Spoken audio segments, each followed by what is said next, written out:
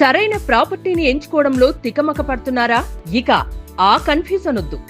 అపార్ట్మెంట్లు, విల్లాలు, ప్లాట్లు మీకు కావలసినవన్నీ ఒకే చోట. Suman TV biggest property expo October 18th, 19th HSCC నావటెల్, Hyderabad. ఇప్పుడే ఫ్రీ ఎంట్రీ కోసం కాల్ చేయండి.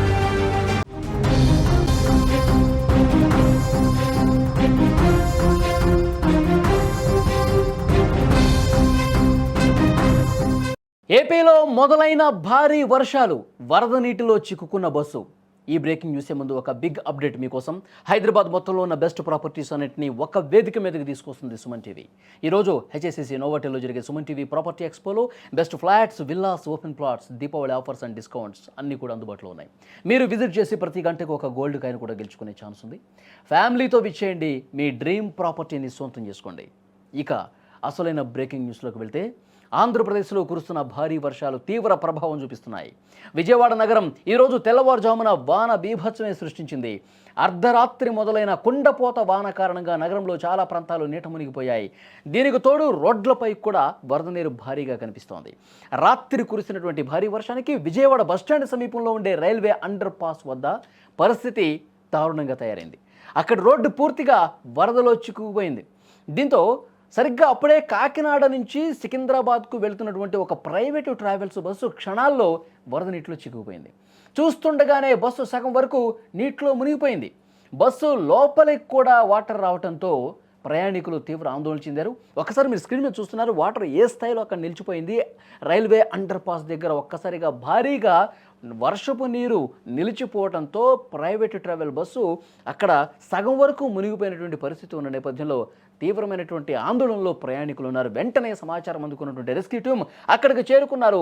అక్కడ నేరుగా ఒక తాడు సాయంతో ఆ బస్సులో ఉన్న వాళ్ళందరినీ ఒకరి తర్వాత ఒకరిని, చిన్నపిల్లల్ని, వృద్ధుల్ని, మహిళల్ని అందరినీ కూడా ఆ తాడు సాయంతో బయటకు తీసుకొస్తూ ఉన్నారు, రెస్క్యూ చేస్తూ ఉన్నారు. స్క్రీన్ మీద చాలా స్పష్టంగా ఆ రెస్క్యూకి సంబంధించిన దృశ్యాలు మీరు చూస్తున్నారు. బస్సులో పిల్లలు, వృద్ధులతో సహా మొత్తం 36 మంది ప్రయాణికులు ఉన్నారు. తెల్లవారుజామున 3:15 సమయంలో ఈ ఘటన జరిగింది. వెంటనే అక్కడ అలర్ట్ అవటం వల్ల, అక్కడ వెంటనే రెస్క్యూ సిబ్బంది అక్కడికి రావటం వల్ల ఆ వాటర్ అంతకంతకు పెరక్కం మునిపే వీళ్ళందరూ కూడా వాళ్ళందరినీ కాపాడటం వల్ల ప్రమాదం తప్పిందని చెప్పాలి. ఎందుకంటే రాత్రి ఒక కుండపోతగా భారీ వర్షం పడింది.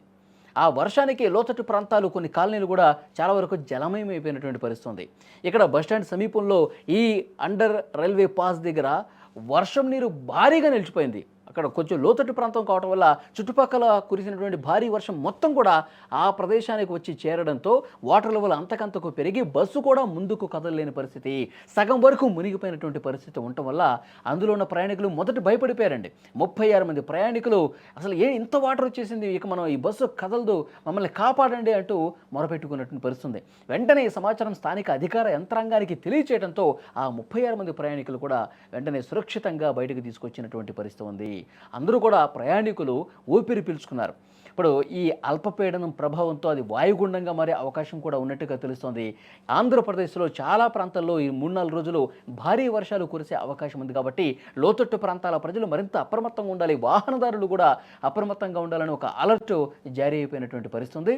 ఇటు విజయవాడ కావచ్చు, ఇటు శ్రీకాకుళం నుంచి మొదలుకొని విజయనగరం, విశాఖపట్నం, గోదావరి జిల్లాలు, కృష్ణా, గుంటూరు, ప్రకాశం, నెల్లూరు, ఇటు అనంతపురము, చిత్తూరు, ఈ ప్రాంతాల్లో కూడా భారీగా వర్షాలు పడే అవకాశం ఉంది.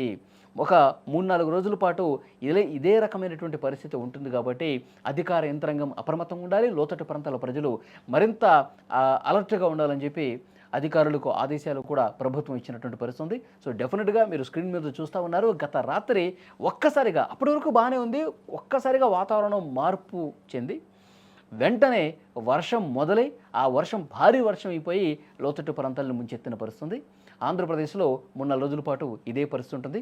ఒకసారి రెస్క్యూకు సంబంధించిన దృశ్యాలు, వాళ్ళని కాపాడేటువంటి ఫోటోలు కూడా ఒక్కసారి మీరు చూడండి. పోలీసులు, అధికార యంత్రాంగం వెంటనే అలర్ట్ అయ్యి వాళ్ళందరినీ కూడా సురక్షితంగా బయటకు తీసుకొస్తున్నటువంటి దృశ్యాలు మీరు చూడొచ్చు. చాలా కాలనీలు ఇంకా వాటర్ నిలిచిపోయింది, ఆ వాటర్ని తొలగించే పరిస్థితుంది. విజయవాడలో రెస్క్యూ టీమ్స్, మాన్సూన్ బృందాలు అన్నీ కూడా ఎక్కడైతే కాలనీలో పూర్తిగా జలమయం అయిపోయినాయో, జల దిగ్బంధాలు చిక్కుని పరుస్తుందో వాటన్నిటి దగ్గర కూడా వాటర్ని బయటికి పంపించేస్తూ ఉన్నారు.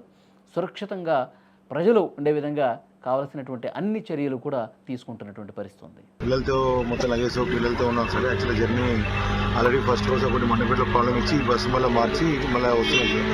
అది ఇక్కడ మళ్ళీ వాటర్లో అయిపోయింది బస్సు.